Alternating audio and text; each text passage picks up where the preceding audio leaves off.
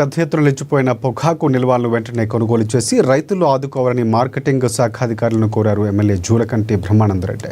నియోజకవర్గ సమగ్ర అభివృద్ధికి కావాల్సిన నిధులు, పనుల పురోగతికి రావాల్సిన నిధులపై ఖరీఫ్ సీజన్ రైతులకు అందించాల్సిన ఎరువులు, విత్తనాలు తదితర అంశాలపై అధికారులతో చర్చించారు.